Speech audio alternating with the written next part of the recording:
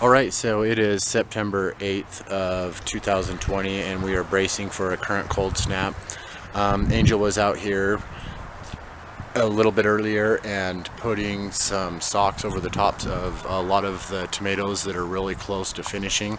We can't move these even in containers because they're just webbed together in our tomato wall here. But while she was out here and kind of putting some protection over some of these tomatoes, this one right here is called the Dwarf Peppermint Stripes, and we got its seeds from Victory Seeds via the Dwarf Tomato Project. It was one of the 4 varieties that we tried to grow. It doesn't look nearly as full as it did even 2 days ago. It's had 90% of its leafage cut off of it. But in looking at these tomatoes, they were starting to change color, but they still have a lot of green on them. And when Angel was messing with them, she said they were soft, and they are a little bit soft.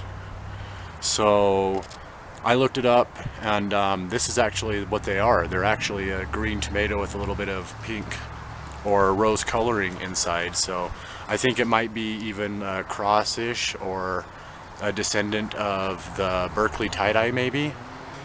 But go ahead, that's one mega tomato. I'll go ahead and clip these off. I want to be a little bit safer about it. We'll probably be saving seeds on these. All of this plant it's a monstrous plant. I'm not too excited about the flavor so far.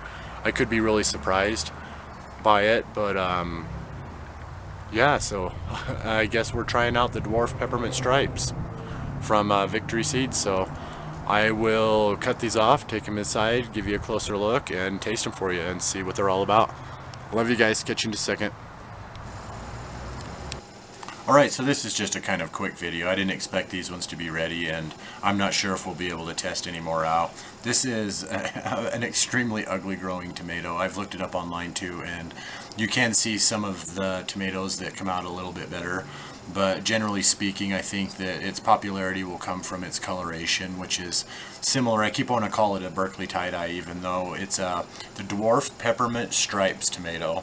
If you haven't heard of the Dwarf Tomato Project, what they are is a group of several people from several different countries, growers, that are trying to cross and selectively breed the best and strongest tomato plants. These ain't micro dwarf tomato plants, but they are smaller than normal plants. So you're looking at like 3 to 5 foot tall plants that are really thick stalked and will produce a bunch. They're determinates, and it's more for people that would maybe say have balcony gardens or smaller grow spaces.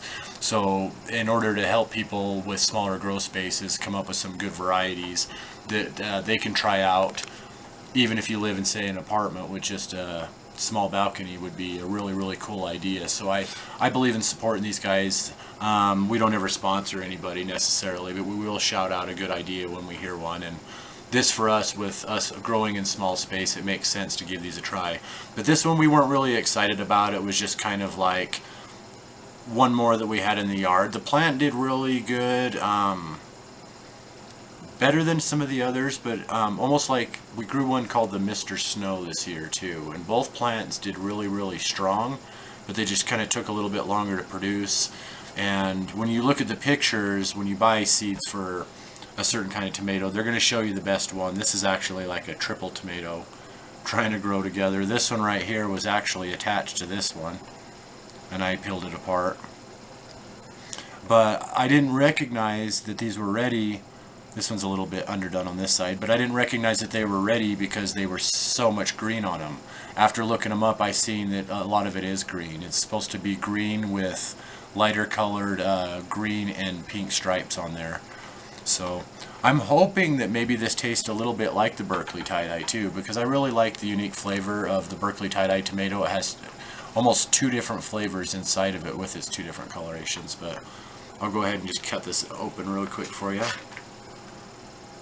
Yeah, you can see it looks a lot like it.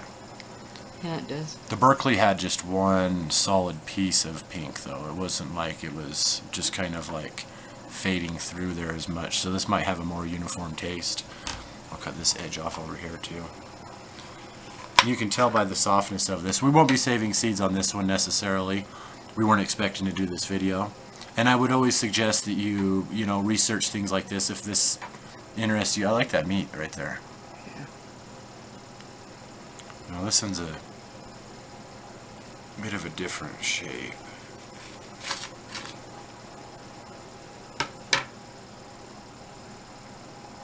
I can smell it. It smells good. This one would have to really, really surprise me, though, in order for me to sacrifice 10 other plants to keep it growing this year.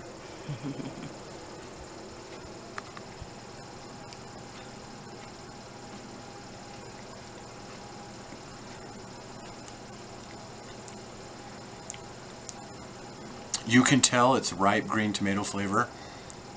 Green tomatoes do taste similar to underdone green tomatoes, but you can tell when they're ripe too. You can also taste the flavor. That's got a really, really like a strong pucker flavor though to it. It's almost like maybe a little bit green apple-ish. I don't know. Like, it's not bad. It's not like really just awe-striking good like some of the ones that we've underestimated, but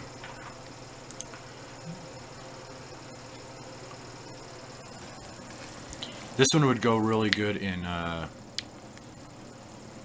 green sauce, and stuff like that. I think this one would be a good fried green tomato if you were to pull it before it was ripe and fry them up. That would be really good. It does have a strong flavor. It is higher on the acids than some tomatoes, but it does taste really good. I'm always afraid we're getting like horrible video. It had a punch to it, almost like a cherry tomato, which was really kind of threw me off. Maybe the atomic grape kind of spoiled me a bit. But yeah, I don't know. There's a decent amount of meat. It looks like a little dude in there. Look at his arms and head. I'm Peppermint Stripes. I decided to get ripe early. Anyways, I digress. We are working our butt offs. We're in the fight of our life trying to keep our garden from freezing.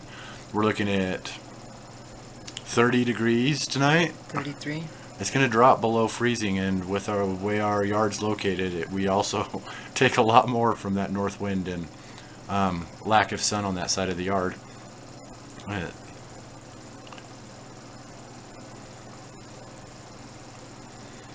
But this is the Dwarf Peppermint Stripe. Sorry to waste you guys' time if we're just babbling and sitting here chilling. This is it turns out mostly green tomato with a little bit of rose coloration. The outer skin of it, let me find a good example, has these stripes on it. It doesn't show up as well in our camera. It never really seems to. But it has stripes down the edge of it. And then really similar to a Berkeley, but just the green part of the Berkeley. I didn't really get... I got almost like a sour pucker flavor with a little bit of acidity, which I didn't expect in the greenish tomato like this.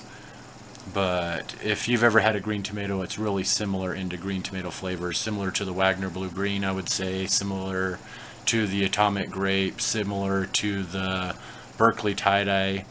We've had Cherokee Greens before. That one was an exception to the greens. We've never tried the Aunt Ruby's German Green. That's one we're trying next year, I believe. But yeah, a really good, I would call it a green tomato variety more than anything else like that. I thought Peppermint Stripes meant it was going to have more color and striping, but a really good flavor. I was really kind of surprised. Not surprised enough that I would go all in for it. The plant was really strong. It took a little bit longer than the others to produce. Almost every single tomato on there came out wonky or somehow deformed or attached or something along those lines. It could be that they were grown in containers and are just crazy yard and crazy grow situation, but the Dwarf Peppermint Stripes tomato from Victory Seeds via the Dwarf Tomato Project. This is UT and Angel, and what did you think, hon? I thought it was pretty good. It tasted good. Good little tomato to sit and snack on, huh? Yeah. Not the best shape, though. No. But yeah, we love you guys, and I would suggest giving these dwarf tomato types a try if you are low on space. So we plan to do more with them next year, and we know a few other gardeners that are as well, and we'll catch you next time. Love you. Thanks for hanging out with us again. Alright, yeah, so that stalk is about as thick as my thumb, so and it just kept on trying to do that, kept on trying to branch and branch. It's a determinate type, so I'm not holding my breath that it's going to produce more this year. And every single one of these dwarf tomato project tomatoes that we tried this year, which was the Purple Heart, the Mr. Snow, the Lemon Ice, and the Peppermint Stripes, all 4 of those from the Dwarf Tomato Project were strong, excellent plants. And this one's got a couple more on it, so we may save seeds. That's the one pristine tomato, and I didn't even know it existed till just now, so if that one makes it, we'll save seeds on this one. But all of these are worth a try. That one had a little bit of a pucker punch, stronger than the Atomic Grape, which is a grape style or cherry style tomato, stronger than the Wagner Blue Green, which seems to have a lot of yellow leaning flavor to it, and way stronger than the Cherokee Green. So those are the 3 greens so far that we've kind of used as reference if anybody's tried any of those. But a really pucker-faced Peppermint Stripes tomato. We love you guys. It's September 8th, 2020, and we'll catch you in the next video. Love you. Thanks for the hangout.